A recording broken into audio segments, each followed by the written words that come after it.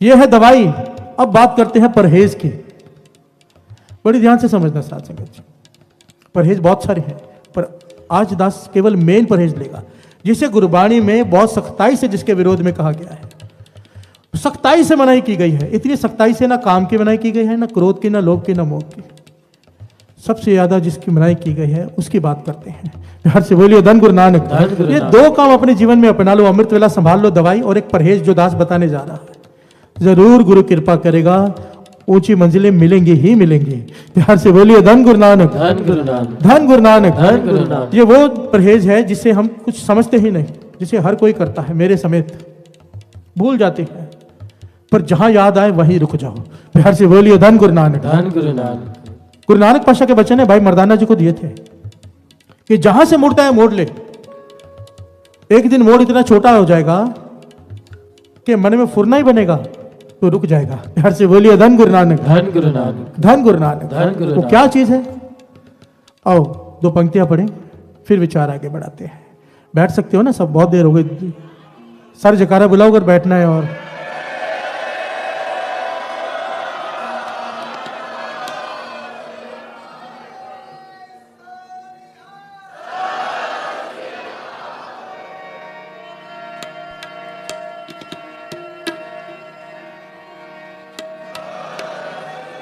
राख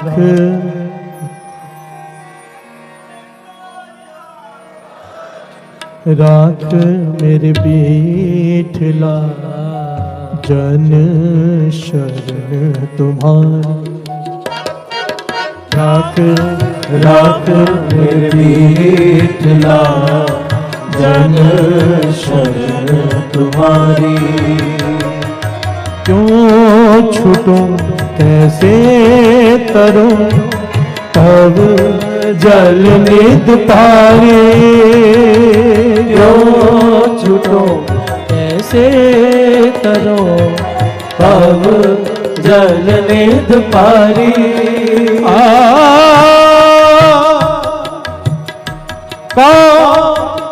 क्रोध लोभ झूठ निंदा इनते आप छुड़ाओ।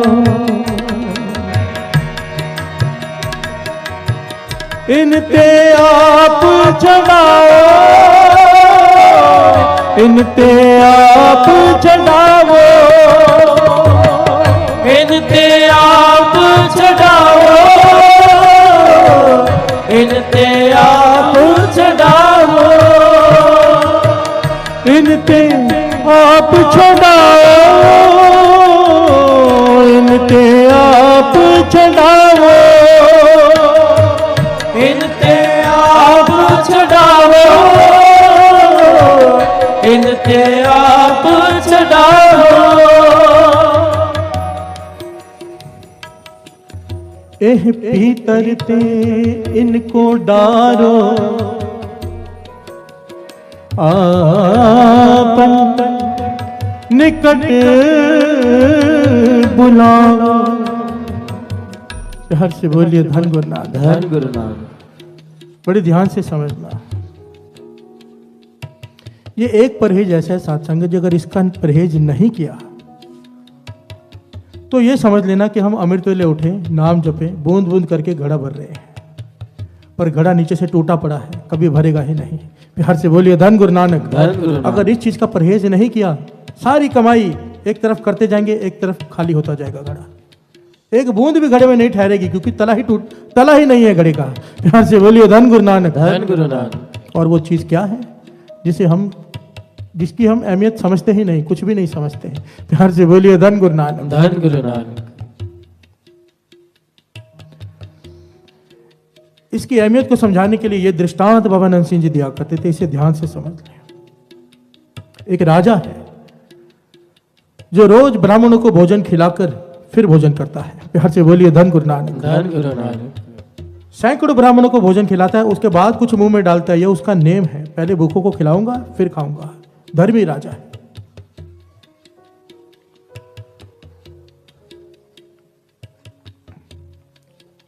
एक दिन जब भोजन बन रहा है बाहर, तो एक पक्षी चील अपने पंजों में सांप लेकर जा रहा है, मरा हुआ सांप, जहरीला सांप। वो उसके पंजों से छूट गया, उस बर्तन में गिर गया जिसमें सब्जी तैयार हो रही थी। प्यार से बोलिए धन गुरु नानक। धन गुरु नानक। अब सारी सब्जी जहरीली हो गई, ब्राह्मण को भोजन खिलाया गया, सारे ब्राह्मण खाकर मर गए। प्यार से बोलिए धन गुरु नानक। धन गुरु नानक। सैकड़ों ब्राह्मण मर गए, हाहाकार मच गई।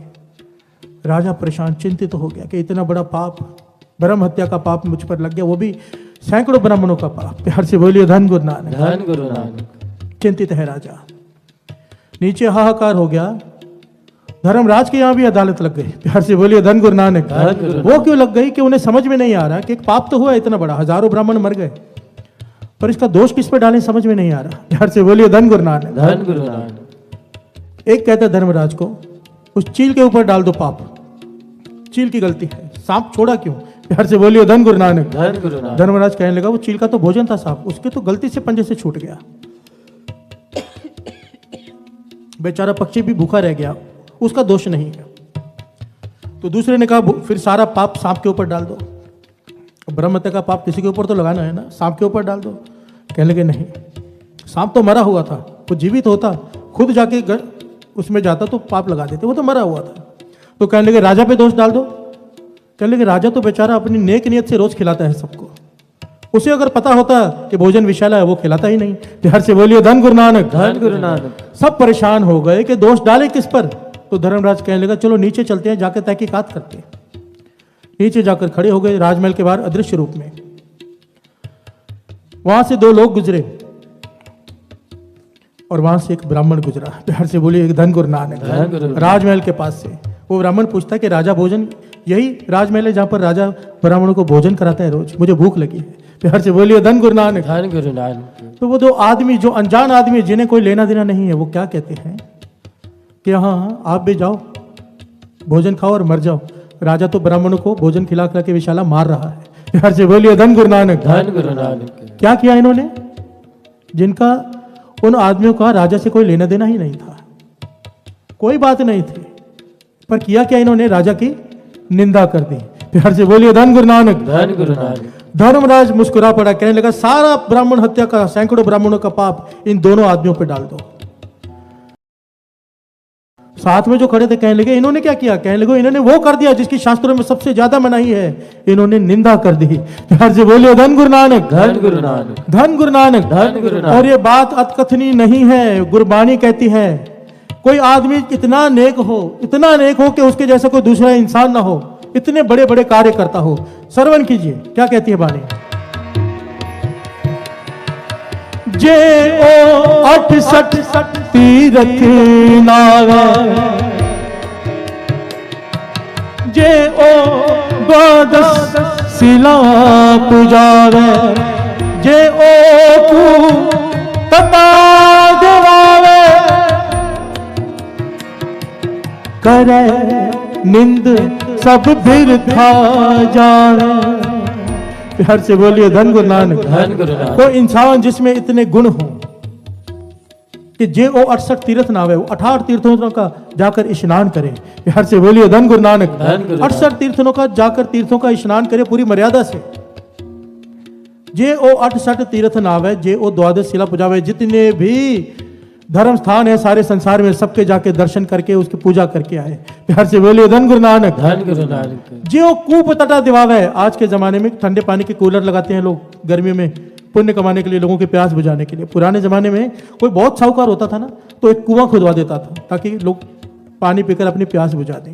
वो दृष्टांत दिया है यहाँ पर, वो उदाहरण दिया है कि जो कूप तटा दिवावे, कोई ऐसा इंसान हो जो धरती के हर कोने में कुआं खुदवा दे गरीबों की प्यासों की प्यास बुझाने के लिए। प्यार से बोलिए धन गुरु नानक। धन गुरु नानक। इतने पुण्य कमा ले वो, पर अगर वो इंसान भी किसी की निंदा करता है तो सब की हुई कमाई खत्म। प्यार से बोलिए धन गुरु नानक। धन गुरु नानक। धन गुरु नानक। धन गुरु नानक। जिस बात को हम कुछ समझते ही नहीं, अभी यहां से बाहर निकलेंगे 10 मिनट चाय पीते पीते ही 10 लोगों की निंदा कर देंगे। प्यार से बोलिए धन गुरु नानक। धन गुरु और फिर नानक। कहते हैं कि हमारी गुरु अरदास नहीं सुनता। अरे बैंक में जब बैलेंस ही नहीं है, चेक काटोगे, कैश कैसे होगा। प्यार से बोलिए धन गुरु नानक। धन गुरु नानक। धन गुरु नानक। धन गुरु नानक। हम यहां कमाते हैं वहां गवा देते हैं। अब अनंत सिंह जी का वचन है, 2 घंटे कोई अमृत वाला सत्संग कर ले, 5 मिनट किसी की निंदा कर ले, सब खत्म। और हम पूरा दिन क्या करते हैं, विचार करके देखो। हम रस लेते हैं इसका, जो सामने नहीं है पीठ पीछे उसकी बुराई करनी शुरू कर दो। प्यार से बोलिए धन गुरु नानक। धन गुरु नानक। पर हमें पता ही नहीं हम कर क्या रहे हैं, ज्ञान ही नहीं। आज समझ लो ये परहेज बहुत जरूरी है, बहुत जरूरी। असल में तो अमृत वेले का समय संभालने के लिए छोटी सी एक जुगती और दास बता दे। जब अमृत वेले उठते हो उस वक्त से ही हाजिरी लगनी शुरू हो जाती है। स्नान करते करते श्री जपजी साहब जी का पाठ शुरू कर दो। गुरुद्वारे आ रहे हो, किसी से बात मत करो, इशारे में बात करो, कुछ काम है तो।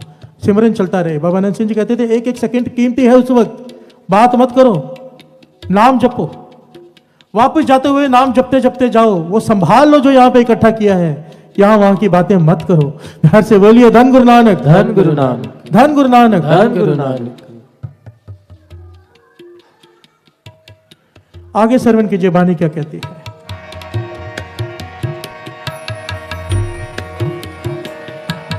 जे ओ अनिक प्रसाद करावे, भूमि दान स्वभाव मंडप लावे, अपना बिगाड़ बिराना सांडे, करे निंद बहु जो निहांडे। हर से बोलिए धन गुरु नानक। धन गुरु नानक। इतनी कड़वे करड़े लफ्ज हैं, सुनकर मन हिल जाता है। मैं अपनी पर्सनल बात बताता हूँ आपको। सब कुछ पता होते हुए भी ना कई बार फिर निंदा हो जाती है। कई बार मुझसे, मैं अपने मन को समझा समझा के थक गया हूँ। इसलिए मैंने क्या शुरू किया है ना, ये जो निंदा का प्रकरण है मैं हर हफ्ते 10 दिन में अपना खुद ही सुनता हूँ। प्यार से बोलिए धन गुरु नानक। धन गुरु नानक। ताकि मन जागता रहे कि ये गलती ना कर लेना, तू दूसरों को समझा रहा है वही गलती तू मत कर लेना। प्यार से बोलिए धन गुरु नानक। धन गुरु नानक। क्योंकि पता ही नहीं चलता, कभी 4 लोग आकर बैठे, किसी की बात शुरू की, 5 मिनट हो गए, फिर याद आता है ये मैंने क्या किया। प्यार से बोलिए धन गुरु नानक। धन गुरु नानक। क्या कह रही है बानी? जे हो अनिक प्रसाद करावे, कोई आदमी दिन रात लंगर चला दे, ये पुण्य कमाए। जे ओ अनिक प्रसाद करावे, भूमि दान शोभा बहु मंडप लावे, कोई अपनी सारी भूमि दान कर दे, सारा कुछ बेच दे, उससे समागम कराए, लोगों को नाम जपाए। प्यार से बोलिए धन गुरु नानक। धन गुरु नानक। कोई नहीं कर सकता, पर अगर कोई कर ले, अपना बिगाड़ बिराना सांडे, ऐसा इंसान हो जो अपना बिगाड़ कर दूसरों का संवारता हो, यह उसमें गुण हो। पर अगर ऐसा इंसान भी करे निंद बहुत जोनी हांडे, अगर वो निंदा करता है उसे भी 84 के लाख कीड़े में भटकना पड़ेगा। यहाँ से बोलिए धन गुरु नानक। धन गुरु कहना क्या हो कि उसे भी नरकों में जाना पड़ेगा अगर किसी की निंदा करता है तो। हाथ जोड़कर बेनती है, इस बात को समझो कि निंदा क्या है। पीठ पीछे किसी की बुराई करना निंदा है। बाबा नंद सिंह जी के पास एक आदमी आ गया, कहने लगा फलाना आदमी नरकों में जाएगा। बाबा नंद सिंह जी कहने लगे क्यों भाई, वो क्यों नरकों में जाएगा? कहने लगा वो आपकी बहुत निंदा करता है। बाबा नंद सिंह जी कहने लगे उसका तो पता नहीं, तू जरूर नरकों में जाएगा क्योंकि तू उसकी निंदा कर रहा है। प्यार से बोलिए धन गुरु नानक। धन गुरु नानक। धन गुरु नानक। धन गुरु नानक। महापुरुषों के पास तो कोई आके किसी की बुराई कर देता था ना, उसी वक्त उसे कहते थे 5 बार सुखमणी साहब जी के कर, ये तेरी सजा है, वरना आज के बाद यहां आना मत। प्यार से बोलिए धन गुरु धन गुरु नानक। नानक। हमें निंदा सुनाई क्यों किसी की? क्योंकि एक बात ये वाणी प्रमाणित करती है, जिसकी निंदा हो रही होती है ना उसके पुण्य बढ़ रहे होते हैं, और जो निंदा कर रहा होता है उसके पुण्य खत्म हो रहे होते हैं। प्यार से बोलिए धन गुरु नानक। धन गुरु नानक। भगत कबीर जी रोने लगे। सबने पूछा आज तक आप रोए नहीं? पहाड़ से फेंका गया नहीं रोए, हाथी के सामने फेंका गया नहीं रोए, आग में फेंका गया आप नहीं रोए, आज क्यों रो रहे हो? कहने लगे मेरा एक निंदक मर गया है। प्यार से बोलिए धन गुरु नानक। धन गुरु नानक। जो मेरी निंदा करता था सारा दिन, मेरे सारे दोष ले जाता था, आज वो मर गया है इसलिए मैं रो रहा हूं। प्यार से बोलिए धन गुरु नानक। धन गुरु क्या मुझे नाम ज्यादा जपना पड़ेगा? पहले थोड़ा जब कभी फल ज्यादा मिलता था क्योंकि वो निंदा करता था। प्यार से बोलिए धन गुरु नानक। धन गुरु नानक। जब पीठ पीछे आपकी बुराई हो रही हो, वो काम आपने ना किया हो, यह शर्त है निंदा की, वो काम आपने किया ना हो, उसकी बुराई हो रही हो, आपके पुण्य बहुत जल्दी बढ़ते हैं। प्यार से बोलिए धन गुरु नानक। धन गुरु नानक। जो काम आपने किया ना हो, लोग आपकी बुराई करें पीठ के पीछे, तो खुश हुआ करो मन ही मन कि वो अपनी सारी कमाई हमें दे रहे हैं। प्यार से बोलिए धन गुरु नानक। धन गुरु नानक। धन गुरु नानक। धन गुरु और आजकल तो सोशल मीडिया है, निंदा तो ऐसे करते हैं हम, पता होता नहीं सच्चाई का, किसी ने डाल दिया कमेंट डालने शुरू। प्यार से बोलिए धन गुरु नानक। धन गुरु नानक। अपना सब कुछ दे देते हैं वहां पे हम। सोचा करो थोड़ा सा, और यहाँ पर यह समझना बहुत जरूरी है निंदा कहते किसे हैं, क्योंकि यहाँ पर अगर ये बात नहीं समझाई गई तो बहुत गलत हो सकता है, अर्थ का अनर्थ हो जाएगा। ये छोटी सी बात समझ ले, फिर समाप्ति करते हैं दास। ये प्रकरण बहुत बड़ा है, निंदा का बहुत बड़ा। पर ये छोटी सी बात सुन लीजिए। किसी लड़की का कोई रिश्ता है, आपको पता है, आपसे पूछा गया वो लड़का कैसा है, आपको पता है वो शराबी कबाबी और खराब है, आपको पता है वो उसका जीवन बिल्कुल कैरेक्टरलेस है, और आप ये सोचो कि मैं उसकी बुराई करूंगा तो निंदा हो जाएगी। प्यार से बोलिए धन गुरु नानक। धन गुरु नानक। तब सच बोलना है, वो निंदा नहीं है। इस बात को समझना साथ संगत जी। निंदा होती क्या है? ये मन की बात है। वाणी कहती है जो जी होए सो उगवे, मुंह का कहया वाओ। प्यार से बोलिए धन गुरु नानक। धन गुरु नानक। दुनिया ये देखती है कि हम कर क्या रहे हैं, गुरु नानक ये देखता है कर क्यों रहे हैं, वो वजह देखता है हमारे भीतर क्या चल रहा है। ये दूसरों को दिखाने की चीज नहीं, अपने मन की चीज है। हमारे मन को पता होना चाहिए हम ये बात कर रहे हैं, इसके पीछे हमारा मकसद किसी की क्रेडिबिलिटी को गिलाना है या उसे बचाना है। प्यार से बोलिए धन गुरु नानक। अगर हमारे मन में ये है कि हमने सामने वाले की रक्षा करनी है, बचाना है, सामने वाले की बुराई नहीं करना चाहते, मजबूरी है, तो फिर ये निंदा नहीं है। पर अगर हमारा मन है कि सामने वाले का मौका मिल गया है, बुराई कर दो सामने वाले की, जीवन खराब कर दो उसका, तो ये निंदा है। प्यार से बोलिए धन गुरु नानक। धन गुरु नानक। ये हमारे मन को पता होता हम क्या करने जा रहे हैं, क्योंकि सारी बात मन की है साथ संगत जी, मन की। डॉक्टर ऑपरेशन करके पूरा काट देता है चाकू से, उसे हम थैंक यू भी कहते हैं, पैसे भी देते हैं। प्यार से बोलिए धन गुरु नानक। धन गुरु कोई नानक। जाके अदालत में केस नहीं करता कि डॉक्टर ने मुझे काट दिया, पर कोई दूसरा चाकू मार दे तो उसे सजा हो जाती है। प्यार से बोलिए धन गुरु नानक। धन गुरु क्यों? नानक। मार दोनों चाकू रहे हैं, पर एक की भावना बचाने की है। प्यार से बोलिए धन गुरु नानक। धन गुरु नानक। धन गुरु नानक। धन गुरु नानक। अब एक डाकू किसी पे गोली चला दे, गोली लगी नहीं, वो बच गया, पर अदालत फिर भी उसे सजा देगी, चाहे वो बच गया, पर भावना इसकी मारने की थी। प्यार से बोलिए धन गुरु नानक। धन गुरु फल नानक। भावना को है। आपके अंदर भावना क्या है? जो जी होए सो उगवे, फल उसका मिलेगा जो आपके भीतर चल रहा है। प्यार से बोलिए धन गुरु नानक। धन गुरु नानक। धन गुरु नानक। धन गुरु नानक।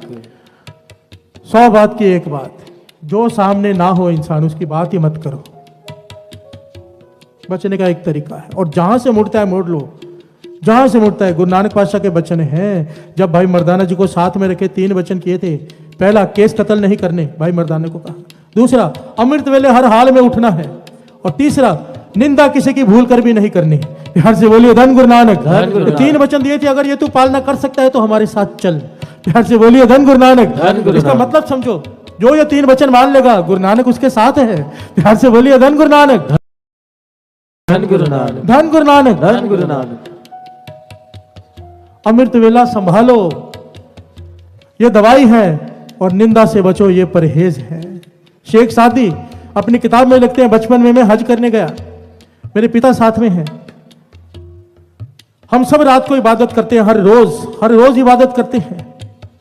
एक दिन सब थके हुए थे बहुत चल चल कर, कोई नहीं उठा, पर मैं और मेरे पिता उठकर बैठ गए। मैं छोटा था जब अमृत वेले की नमाज अदा की, क्योंकि मुसलमानों की पहली नमाज भी अमृत वेले में होती है। प्यार से बोलिए धन गुरु नानक। धन गुरु नानक। कहने लगे, मैंने अपने पिता से कहा ये सब सोए रह गए, हम उठ गए, हम कितने अच्छे हैं। प्यार से बोलिए धन गुरु नानक। धन गुरु नानक। हमारे पे खुदा की रहमत है, ये सब सोए रह गए।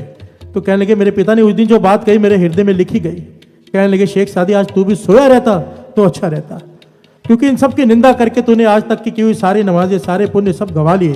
प्यार से बोलिए धन गुरु नानक। धन गुरु नानक। निंदा से बचो।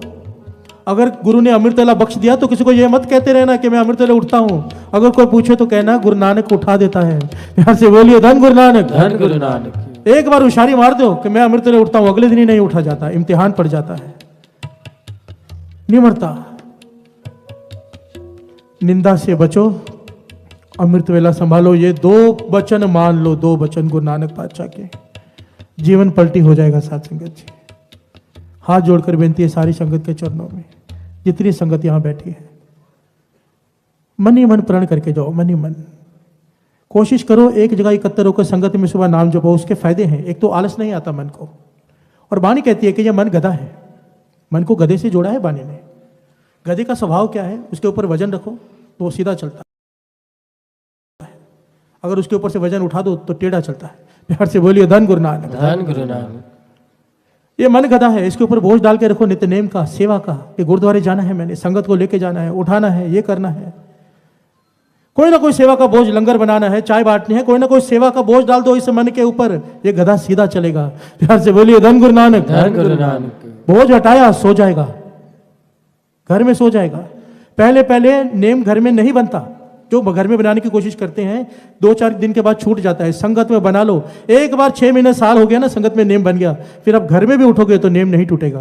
प्यार से बोलिए धन गुरु नानक। धन गुरु नानक। धन गुरु नानक। धन गुरु नानक। कोशिश करो संगत में नेम बना लो, मिलकर बैठकर, उसका फल भी कई गुना ज्यादा है और नेम पक्का बन जाता है। किसी भी प्रकार अगर आज गुरु नानक ने मेहर की, आपको उठाया है, तो आज गुरु नानक से यही मांगो, पातशाह हमेशा का अमृत वेला लिख दे। प्यार से बोलिए धन गुरु नानक। धन गुरु नानक। ਵਾਹਿਗੁਰੂ ਜੀ ਕਾ ਖਾਲਸਾ ਸ਼੍ਰੀ ਵਾਹਿਗੁਰੂ ਜੀ ਕੀ ਫਤਿਹ। ਗੁਰਬਾਣੀ ਸਾਨੂੰ ਜੀਵਨ ਦਾ ਉਹ ਰਾਹ ਦਿਖਾਉਂਦੀ ਹੈ ਜਿਸ ਰਾਹ ਤੇ ਤੁਰ ਕੇ ਇਨਸਾਨ ਆਪਣੇ ਮਨ ਨੂੰ ਪਵਿੱਤਰ ਕਰ ਸਕਦਾ ਹੈ ਅਤੇ ਪਰਮਾਤਮਾ ਨਾਲ ਜੁੜ ਸਕਦਾ ਹੈ। ਇਸ ਆਧਿਆਤਮਿਕ ਮਾਰਗ ਵਿੱਚ ਸਭ ਤੋਂ ਵੱਡਾ ਰੋੜਾ ਨਿੰਦਾ ਹੈ। ਨਿੰਦਾ ਦਾ ਅਰਥ ਹੈ ਕਿਸੇ ਦੀ ਬੁਰਾਈ ਕਰਨੀ, ਉਸ ਦੇ ਦੋਸ਼ ਕੱਢਣੇ, ਉਸ ਨੂੰ ਹੋਰਾਂ ਦੇ ਸਾਹਮਣੇ ਛੋਟਾ ਦਿਖਾਉਣਾ, ਉਸ ਦੀਆਂ ਕਮੀਆਂ ਨੂੰ ਫੈਲਾਉਣਾ ਜਾਂ ਮਨ ਵਿੱਚ ਕਟੂਤਾ ਰੱਖ ਕੇ ਉਸ ਬਾਰੇ ਗਲਤ ਬੋਲਣਾ। ਗੁਰਬਾਣੀ ਕਹਿੰਦੀ ਹੈ ਕਿ ਨਿੰਦਾ ਕਰਨਾ ਐਸਾ ਹੈ ਜਿਵੇਂ ਕੋਈ ਇਨਸਾਨ ਆਪਣੇ ਹੀ ਘਰ ਵਿੱਚ ਆਗ ਲਗਾ ਦੇਵੇ, ਕਿਉਂਕਿ ਨਿੰਦਾ ਦਾ ਅਸਰ ਸਭ ਤੋਂ ਪਹਿਲਾਂ ਨਿੰਦਕ ਦੇ ਮਨ ਤੇ ਪੈਂਦਾ ਹੈ। ਗੁਰਬਾਣੀ ਦੇ ਸ਼ਬਦਾਂ ਵਿੱਚ ਨਿੰਦਾ ਮਨ ਦੀ ਐਸੀ ਬਿਮਾਰੀ ਹੈ ਜੋ ਹੌਲੀ-ਹੌਲੀ ਇਨਸਾਨ ਦੇ ਬੋਲ, ਵਿਚਾਰ, ਕਰਮ ਅਤੇ ਆਤਮਾ ਨੂੰ ਕਾਲਾ ਕਰ ਦਿੰਦੀ ਹੈ।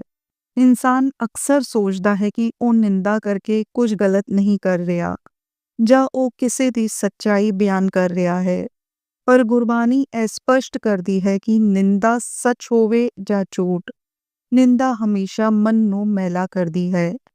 ਦੁਨਿਆਵੀ ਰਿਵਾਜਾਂ ਵਿੱਚ ਭਾਵੇਂ ਲੋਕਾਂ ਹੋਰ ਦੀਆਂ ਕਮੀਆਂ ਵੇਖ ਕੇ ਆਪਣੇ ਆਪ ਨੂੰ ਠੀਕ ਸਮਝ ਲੈਂਦੇ ਹਨ, ਪਰ ਗੁਰੂ ਸਾਹਿਬ ਸਮਝਾਉਂਦੇ ਹਨ ਕਿ ਜੋ ਹੋਰਾਂ ਦੀਆਂ ਕਮੀਆਂ ਲੱਭਦਾ ਹੈ ਉਹ ਅਸਲ ਵਿੱਚ ਆਪਣੇ ਅੰਦਰਲੇ ਅਗਿਆਨ ਨੂੰ ਵਿਕਸਿਤ ਕਰਦਾ ਹੈ। ਹੋਰਾਂ ਦੀ ਬੁਰਾਈ ਲੱਭਣ ਵਾਲਾ ਮਨ ਕਦੇ ਸ਼ਾਂਤ ਨਹੀਂ ਰਹਿੰਦਾ, ਉਹ ਹਮੇਸ਼ਾ ਤੁਲਨਾ, ਈਰਖਾ ਅਤੇ ਕਟੂਤਾ ਵਿੱਚ ਫਸਿਆ ਰਹਿੰਦਾ ਹੈ। ਇਸ ਲਈ ਗੁਰਬਾਣੀ ਕਹਿੰਦੀ ਹੈ ਕਿ ਨਿੰਦਕ ਆਪਣੇ ਹੀ ਮੱਥੇ ਤੇ ਭਾਰੀ ਬੋਝ ਚੁੱਕ ਕੇ ਫਿਰਦਾ ਹੈ। ਗੁਰਬਾਣੀ ਦਾ ਬਹੁਤ ਸੁੰਦਰ ਸਿਧਾਂਤ ਹੈ ਕਿ ਜਿਸ ਦੇ ਮਨ ਵਿੱਚ ਪ੍ਰੇਮ ਹੈ ਉਹ ਨਿੰਦਾ ਨਹੀਂ ਕਰ ਸਕਦਾ। ਪ੍ਰੇਮ ਦਾ ਮਨ ਦੋਸ਼ ਨਹੀਂ ਵੇਖਦਾ, ਨੇਕੀ ਵੇਖਦਾ ਹੈ, ਕਰੁਣਾ ਵੇਖਦਾ ਹੈ। ਇਸ ਦੇ ਉਲਟ ਨਿੰਦਾ ਮਨ ਵਿੱਚ ਕੜਵਾਹਟ ਪੈਦਾ ਕਰਦੀ ਹੈ। ਜਿਸ ਘਰ ਵਿੱਚ ਨਿੰਦਾ ਹੁੰਦੀ ਹੈ ਉੱਥੇ ਵਾਤਾਵਰਣ ਭਾਰੀ ਰਹਿੰਦਾ ਹੈ, ਮਨ ਬੇਚੈਨ ਰਹਿੰਦਾ ਹੈ ਅਤੇ ਰਿਸ਼ਤਿਆਂ ਵਿੱਚ ਦਰਾਰਾਂ ਪੈ ਜਾਂਦੀਆਂ ਹਨ। ਜੋ ਵਿਅਕਤੀ ਹੋਰਾਂ ਨੂੰ ਹੇਠਾਂ ਦਿਖਾਉਣ ਵਿੱਚ ਲੱਗਿਆ ਰਹਿੰਦਾ ਹੈ ਉਹ ਆਪਣੇ ਹੀ ਮਨ ਨੂੰ ਗੰਦਾ ਕਰ ਰਿਹਾ ਹੁੰਦਾ ਹੈ। ਗੁਰਬਾਣੀ ਵਿੱਚ ਬਾਰ-ਬਾਰ ਆਇਆ ਹੈ ਕਿ ਨਿੰਦਾ ਦਾ ਫਲ ਕੜਵਾ ਹੁੰਦਾ ਹੈ, ਕਿਉਂਕਿ ਇਹ ਕਰਮਾਂ ਨੂੰ ਮੈਲਾ ਕਰ ਦਿੰਦਾ ਹੈ।